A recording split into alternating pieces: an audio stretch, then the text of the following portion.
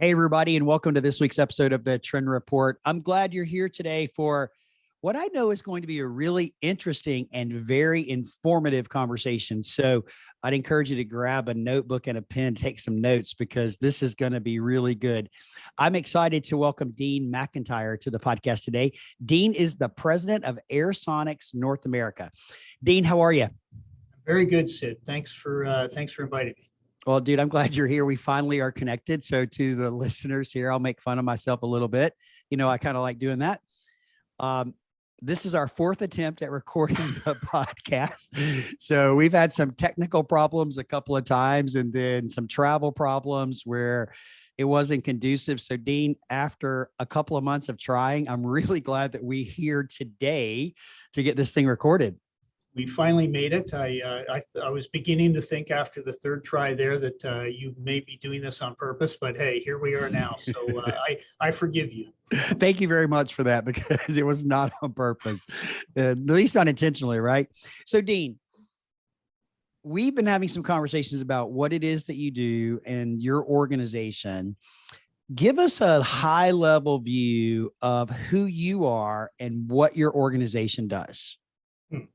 Well, it's kind of complicated to a degree. That's why I said grab a piece of paper and a pen to write it down. You introduced me as the president of Airsonics North America, and that is absolutely true. So within Airsonics North America, we are the manufacturer, designer, fabricator of the ezoBord design-driven acoustics brand, and we have a preserved moss brand called Quiet Earth Moss. So those are our brands under the Airsonics North America brand.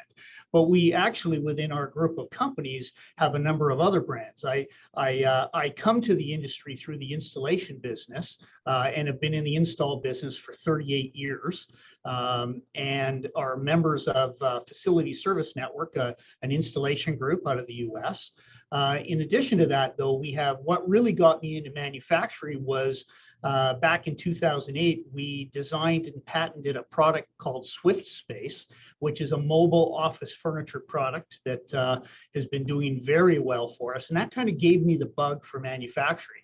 That led me into acoustics with ezoBord, and we are also a fabricator of the Starwall demountable wall brand in Canada.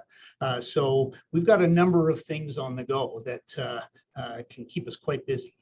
All right, so I'm going to recap that, because if you were counting, to everybody listening, if you were counting, 1, 2, 3, that's 5. Yeah. So you started out with the McIntyre Group as an installation company over 30 years ago. Yeah. Being an installer, you're part of an installation group that comprises people in Canada, as well as companies in Canada, as well as in the United States. By the way, if I didn't mention it, Dean is located in Toronto, or right outside of Toronto, right, Dean? That's correct. Our head office is in Kitchener, Ontario, which is an hour west of Toronto. Okay. So we got a Canadian A on the podcast with us, guys. So we can have fun with that. He's smiling. So that's good. He got my joke. So you have the McIntyre Group focused on installation. Then you have Airsonics, which comprises of ezoBord and Quiet Earth Moss, which in our industry, most of us would know that. Then additionally, you've got Swiftspace, which started in 2008 and it's a mobile office furniture manufacturer.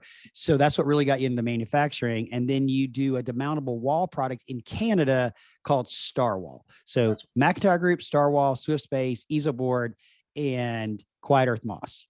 Yeah, and essentially all of those products require installation. So that helps to feed the funnel of the installation business for not only me, as well as other installers around North America. Sure. So Dean, I'd say you're a pretty busy fella.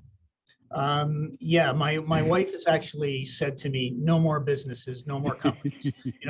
I've told her that, I want to start slowing down, and then we start some other new brand, and she just shakes her head at me. Once an entrepreneur, always an entrepreneur, right? I think you're always looking for the next opportunity. Sure. Absolutely. You know what? It's a really good point, because you should always have your eyes open and your ears listening to what's going on around, right? Because you never know when an opportunity is going to come in front of you, especially right now, the way things have been in our industry. You never know when an opportunity is going to come in front of you that could be a really, really good opportunity to fuel even further growth of your organization. Yeah, I agree. I kind of have a saying that I say, I believe that opportunities breed more opportunities. If people bring you things, or you will look at something maybe differently than somebody else will, and see how that might fit in with your organization. And if it's a fit, well, you look at it close and determine, is this something that I really want to do or not? Yeah, absolutely. So really what our topic about today is diversification to fuel the growth of your business. And you're a perfect example of diversification. So tell me a little bit about how you got into ezoBord and Quiet Earth Moss, because that's the brands that most of us will be familiar with. Yeah, my partner in Aersonics North America is Doug Barlett. And Doug Barlett is a longtime furniture industry veteran as well. I'll call us veterans after all these years. He is the founder of the ezoBord brand. So Doug founded the ezoBord brand back in 2008. He was a real early adopter of taking PET acoustic sheets and fabricating them into acoustic features that can be used in, offices, hospitality, any of the locations that we use them each day. Doug was out peddling his brand and had a great vision of what he wanted to do across the world, really, not just in North America, but he's taking his brand right around the world. So when I met Doug, I had actually met Doug 20 plus years ago when he was a furniture rep. And when we reconnected, I saw what he was doing. And I, as an entrepreneur again, I just kind of fell in love with it. And, that was in 2015. I went down and joined him at Neocon, saw what he was doing, and I wanted to be part of that. So the initial stage of my involvement was I became the president of Aersonics Canada, and we started to take the ezoBord brand to the Canadian market. That was kind of the beginning of the whole thing. Wow. And since 2015, you guys have experienced some really, really amazing growth. Yeah, the acoustic business has been busy, but ourselves at Aersonics, in our first 5 years, we had 680% growth. It was tough to keep up with, but also an awful lot of fun. When you're going through that, you can enjoy yourself as well when you're not pulling your hair out in some cases. So I want to repeat the number just so everybody heard it: 680% growth. Yeah. Over the first 5 years. Our last 5 years of business. Correct. Yeah. Dean, what would be the top 3 things you would attribute to that growth? Well, I think speed to market is one of them. Getting our plan out there and letting the architects and designer and the dealers especially know that we're here. The customization of our brand, I think, is very important as well. So while we have quick ship guides and we've got standard price guides, the vast majority of what we do is quite custom. I think the other big one that we are really on the going down the road of now is fabrication close to customers. We feel that the market is fundamentally changing and have made decisions that we want to fabricate close to our customers. So we've got 5 fabrication centers around North America. I think that will be a game changer for us. And how many of those are in the United States? 3. Okay. So we've got 2 in Canada, here in Kitchener, where I am, out in Calgary for the Western Canadian market. Then we have a location in Chicago for the Midwest, in Boston for New England and the East Coast, and then out in LA. Okay. So I'm going to recap the 5 or the 3 things that you said like really fueled that growth, which is speed to market, meaning get your product there first, being one of the first people to market. Customization of the product and being able to customize not only for the end user, but for the design firm as well as for the dealer. And then taking the fabrication close to the customer by opening up 5 distribution centers across North America, 3 in the United States, very strategically located east, mid, and west. Yep. And then 2 in Canada, also east and west, right? Because there's not a lot in the midsection of Canada, is there? No, we can kind of cover off the midsection out of Calgary or out of Kitchener here and not have to worry a whole lot there. Okay, that's great. But you're also doing some really unique things with ezoBord. You're taking a leadership position with something that you're doing. So tell us about that. Well, Doug, my partner, is a real visionary in this business as well. And I don't know, he probably, even when he's sleeping, he's just thinking about the ezoBord brand. And in 2019, Sid, Doug had this vision of bringing manufacturing back to North America. Us, along with most of the other manufacturers in our business, all brought their products in from Asia. Well, that creates some real supply chain challenges as we're dealing with right now. So Doug made the decision, as the owner of the brand, that he was going to go out and purchase the equipment and start a plant to domestically manufacture PET sheets that we make our features out of in Toronto. So we call it domestic manufacturing. It is in Canada, of course, but we look at Canada and the United States together that way. That gives you total control of the supply chain. We're manufacturing here, vertically integrated. The raw materials are all US-based raw materials. So that gives you also control over your cradle to grave as well. You know where that's coming from. So environmentally, when a designer asks you, where are those materials coming from, you can tell them exactly. We've got mindful materials and EPDs and HPDs for environmental on our products, and doing that domestically is a much better story. The transportation costs are way down. If you're seeing any of the stories out of China these days about what it's costing to bring containers in, it's a real challenge. Yeah. So first off, let me congratulate you on that step, right? I think it's an amazing accomplishment. You guys are the first in North America to actually domestically manufacture PET. And that is a huge accomplishment. And congratulations to you guys. And you started it just as the world was shutting down, right? And getting everything ready. Yeah, the containers arrived in April of 2020, just as everything was shutting down. So through COVID, we were trying to start up a manufacturing plant, and it certainly caused us some challenges. Sure. Doug probably aged a couple of years through all of this as it happened. You were supposed to be bringing technicians in from Europe to come in and help assemble all of the equipment to get it running, and well, you weren't able to do that. So it slowed the process, but here we are now, and the plant is running. That's awesome. I mean, that's really amazing. And again, that's what I meant earlier about taking a leadership role. You guys are leading the way in something that's really important because it has a lot of impact on where you can sell your product, what you can do, your lead times, your ability to customize, because now you're making the raw material rather than buying the raw material. So a lot of positive aspects of that. And I think that's fantastic. And not even to talk about the sustainability aspect of it and closer to the customer with your distribution centers and things of that nature, you're making it a lot easier for people to do business with you. Well, in on top of all of that, just think of all the custom capabilities we now have by having our own manufacturing plant.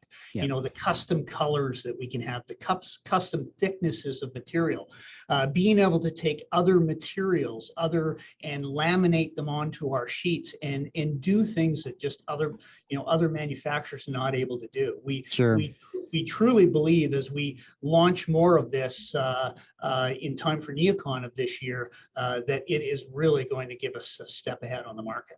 Yeah, that's awesome. And you just hit on something that we're talking a lot about, but we're talking about it more in the work environment than how I'm going to use it.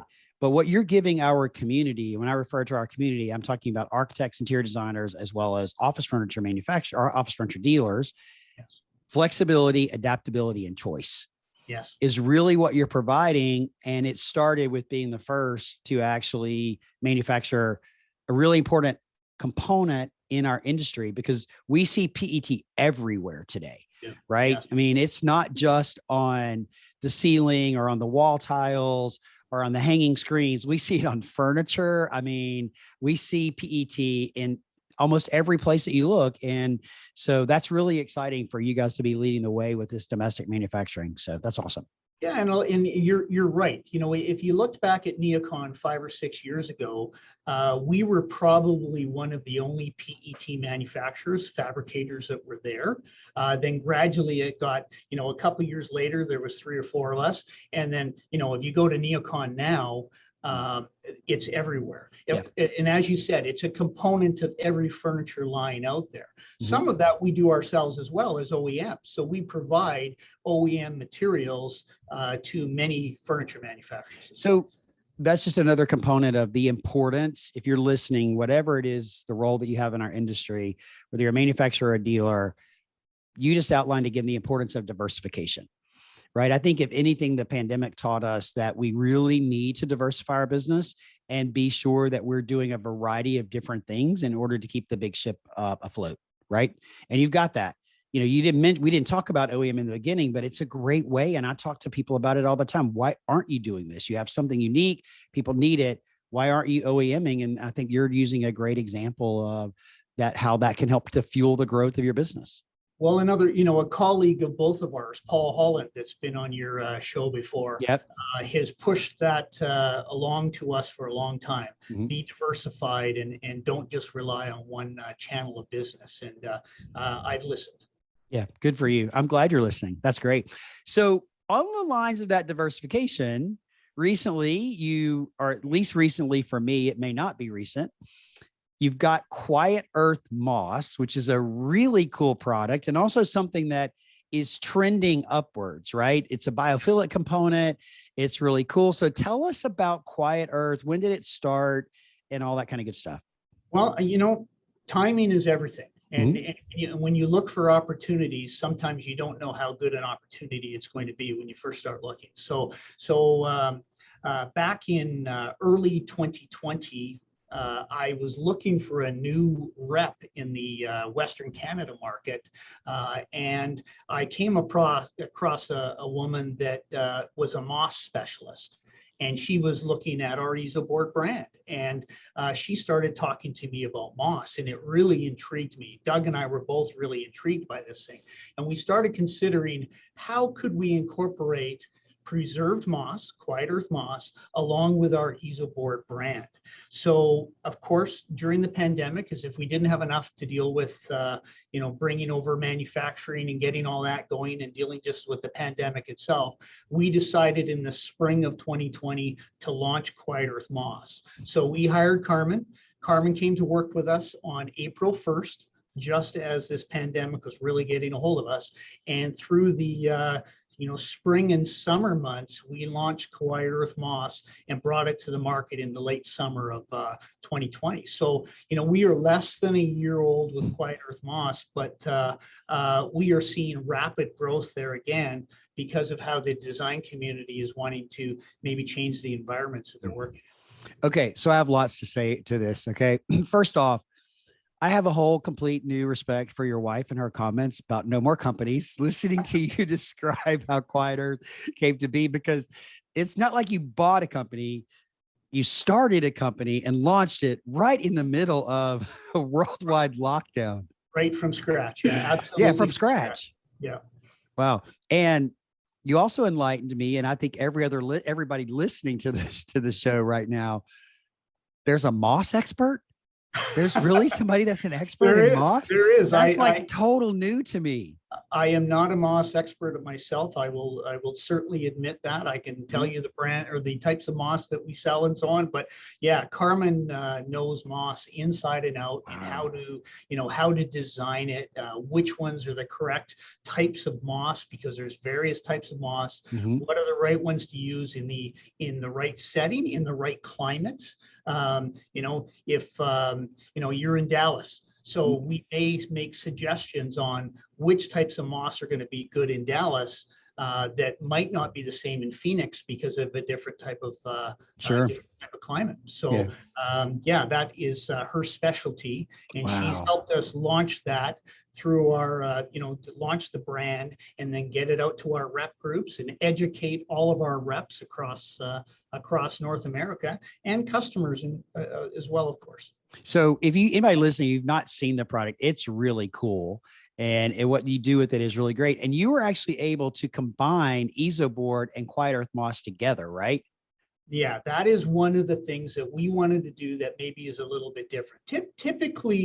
Typically preserved moss products are adhered to a piece of plywood or a piece of chloroplast and then adhered to the wall. What we did was that we wanted to merge our ezoBord acoustic product and Quiet Earth Moss together to make a highly acoustic product. So all of our backers are made with ezoBord. We do a lot of frames out of ezoBord. Even the letters, when you're doing branding, you can do the branding with ezoBord. Some clients want us to use acrylics or wood products or metal, and we can do all of that customization as well. But we really have taken made preserved moss also an acoustic product. And I think back to the design side of that, during the pandemic, you're going to see even more and more hard surfaces in all of these environments that we're in for cleanliness. Mm-hmm. So where are you going to have those soft surfaces that are going to take the reverberation out of a room, make it a comfortable place to work? Well, preserved moss and ezoBord together can help you do that. And essentially you're making artwork. So you're taking a piece of art and putting it on a wall. We make planters out of ezoBord and then use preserved moss and preserved plants inside those planters. So those are ways that you can control the echo, the reverberation inside a space that I don't think most people would even consider. So, again, lots of thoughts on this, because I'm sure everybody listening, and you included, Dean, have been in spaces where you're like, oh my gosh, it's so noisy in here. We can't. I mean, I think about going to restaurants. Yes. And you go to a restaurant with like my wife and I have a couple locally that we hang out with a lot. And there are times that I feel like we're yelling at each other across the table because the restaurant is so noisy. But restaurants, there's some strategy around that. I don't agree with it, but there's so much that public spaces specifically could do to enhance the overall acoustics of a space. And I love the fact that you're incorporating it with moss, because moss also doesn't just, with the way you're making it anyway, that's bringing the biophilic element in. And we all know the importance of nature and having nature around us and how it makes us feel. So you're doing two things at the same time, which I think is great, because we've all experienced bad spaces of acoustic properties. Yeah, absolutely. And that's why I say, essentially our Quiet Earth Moss is really, it's art. Mm-hmm. So you can incorporate it into the artwork that you have in your facility. You can also use living walls, of course. We did not get into the living wall business because we were looking for something that was low maintenance. And preserved moss is very low maintenance. If you treat it well and you put it in the right location, it's going to last you for years. Wow. So we are not in the live plant business, though we do sell our acoustic planters. People will buy them and put live plants in. We just don't provide the plants. So when you started Quiet Earth, did you just go to your existing reps and say, here's another product under a different brand for you? Or do you end up having two different sales channels for those?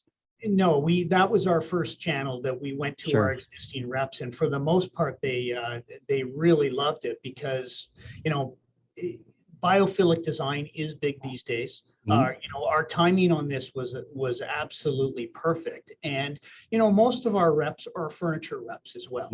So we, architectural or furniture reps, and this just fits right in with their other lines. Sure. Well. So and because ezoBord was incorporated into it, if they're already representing our ezoBord brand, then it just made sense for them to pick it up. Sure, absolutely. Because this is another component of diversification. You're not only selling to the office furniture dealer, you're also selling through architectural specialists and getting products specified in the construction process that are a year or maybe even longer than that ahead of where the traditional office furniture dealer comes in. It's in the construction documents, it's bid through the GCs and installed in a completely different way. So that's another aspect of diversification of your business that obviously has helped to fuel a significant growth. Yes, absolutely. You know, architects and designers are really our main target market. Yep. Of course, furniture dealers, we do an awful lot of work with the dealer community as well, and by no means discounting the dealer community, but Sure.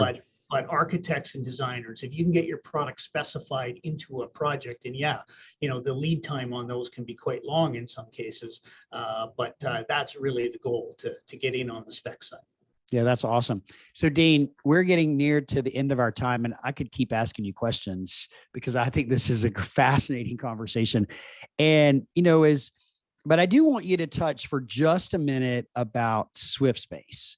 I've never seen the product. I'm not familiar with it. We will put a link to all of these brands in the show notes, guys, so you can go and check them all out. But give us a 30-second elevator pitch about what is Swiftspace. Well, Swiftspace started off as a mobile office furniture product that you could wheel in. It comes fully assembled out of our plant. You wheel it in and open up a workstation and install it in about 30 seconds. Wow. So that doesn't go over well with all my install friends around. Of course not. But you know, the product is really diversified over the years as well. So these days, mobility has become more and more important. And, you know, 10 years ago, 12 years ago, when we got started, mobility was maybe not as big in the market. You know, I really feel we were ahead of ourselves, but everything we manufacture is mobile, and everything we manufacture comes fully assembled out of our plant.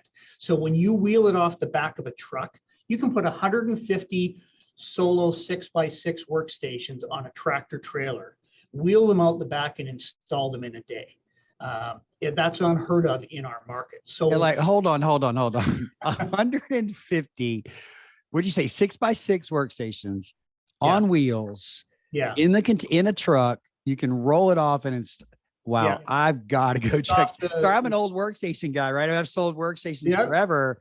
But that's awesome. Yeah, there is nothing like this on the market. And, you know, it's kind of a best kept secret, let's say. You know, we're about to launch a new website on the 28th of June for Swiftspace. Okay. And the idea of that is to kind of bring us out and, you know, let people see us a little bit more. But yeah, these days with the changing office, last year during the pandemic, sales for Swiftspace doubled. And they doubled because people needed flexibility. Mm-hmm. You know, the office is no longer what it was in the past. So some people really, as Rob Way, my partner, would say, drank the Kool-Aid on mobility, on flexibility. Mm-hmm. In the last year, I think the pandemic has actually helped our Swiftspace business enormously. And you're seeing other manufacturers putting casters on things now. They just don't work the same way ours do, because ours come fully assembled and you literally unfold them on the job site. You know, if you go to the Swiftspace website, you'll see videos of it, and you know, most people are quite amazed on the engineering of these. So we'll be sure that the website link is in the show notes. We're recording this in late June. It's not going to publish until mid to late July. So the website will be up and live by then. So awesome. That'll be great. Everybody will be able to see it, but I'm anxious to go check it out because now you got me like super intrigued about mobile, a 6x6 mobile workstation so that you can install. Yeah, you'd be amazed how we started off with essentially a workstation like that, your typical office workstation with walls, and it is diversified just like everybody else's brands have. Wow. You know, we now have 10 different lines of product. Started off with one and we've grown it to 10 over 10 plus years. So I think I'm going to officially dub you the king of diversification. Because you're diversifying your overall business, you're diversifying product lines or companies, and then you're diversifying product lines. I mean, it's really fantastic. And I love it. So let me ask you, Dean, I mean, you've had a lot of experience about doing this and really fueling the growth of your company over the last several years and navigating through a pandemic that not necessarily everybody navigated very well. What kind of advice would you give to other business leaders, whether they're a manufacturer, a dealer, an installer, the leader of an A&D firm, or whatever it is? What kind of advice would you give to them if they're considering diversification of their business? Well, you know what? It's a lot of work. You're going to work harder than ever. If you want to diversify your business, you better be prepared for the time that it's going to take you to invest into that. Always be looking for what might be right around you. How can you, if you've got an existing line, what can you do to diversify your existing line? But what might be a nice add-on that customers would really love to see? So when we go to market now, we love to sell our products together. Our biggest OEM customer is Swiftspace for ezoBord. There is ezoBord all over and incorporated into Swiftspace. So there's ways that you can kind of fuel your growth just by using your internal businesses as well once you begin to diversify. So I'm going to bullet point it how I heard that, right? Know your customer, know what your customer wants. Be prepared to, and then know your customer wants, know what you're capable of, and then be prepared to do the work. Because it's not easy, but if you do the work and you do diversify, you can reach a level of success to keep your business moving forward, but maybe in a different avenue. I think that voice of customer that you mentioned there, I think is very important. What can you do that's going to make your customer's life a little bit easier, make the staff that are using things a little bit easier? And we are custom brands. If somebody comes to us, we love it when they come to us with that drawing on a napkin and say, could you do something like this? That's fun. That's the stuff that keeps our internal engineering and design departments. Some days they pull their hair out because we probably promised that we can do it, and now they have to make it happen. But listen, a sales leader, a leader of a company would never make a promise and then look at engineering and say, make this happen, right? Of course not. No. And that was sarcasm, in case you guys didn't pick that up. That was total sarcasm. Dean, I appreciate you being here. I'm so glad we're able to finally connect and actually have this conversation. If our anybody listening to the podcast, our audience is interested in getting in touch with you, what is the best way for them to connect with you? Well, look me up on LinkedIn, I think is probably the easiest way. And if you want to connect with me through LinkedIn, I'm always looking for good connections there. And then, of course, we can maybe put my email address into in as well. Sid. Yeah, we'll do that. We'll drop your email address in the show notes, and then we'll put your LinkedIn connection there. You guys know the rules. If you do connect with Dean on LinkedIn and you've never met him before, hit that add note button and send him a note. Let him know that you heard him on the Trend Report. And that's why you're connecting him, and let him know how much you enjoyed the conversation and what value you got out of it. Dean, listen, I don't know that I could wish you any more success than you already have, man, but I sure hope that the rest of 2021 is amazing success for you and all of your organizations. And I look forward to seeing you in Chicago at NeoCon in October. Yeah, well, I'm expecting good things. Our whole team, all of our companies are working very hard these days just for for success. And yeah, we look forward to NeoCon.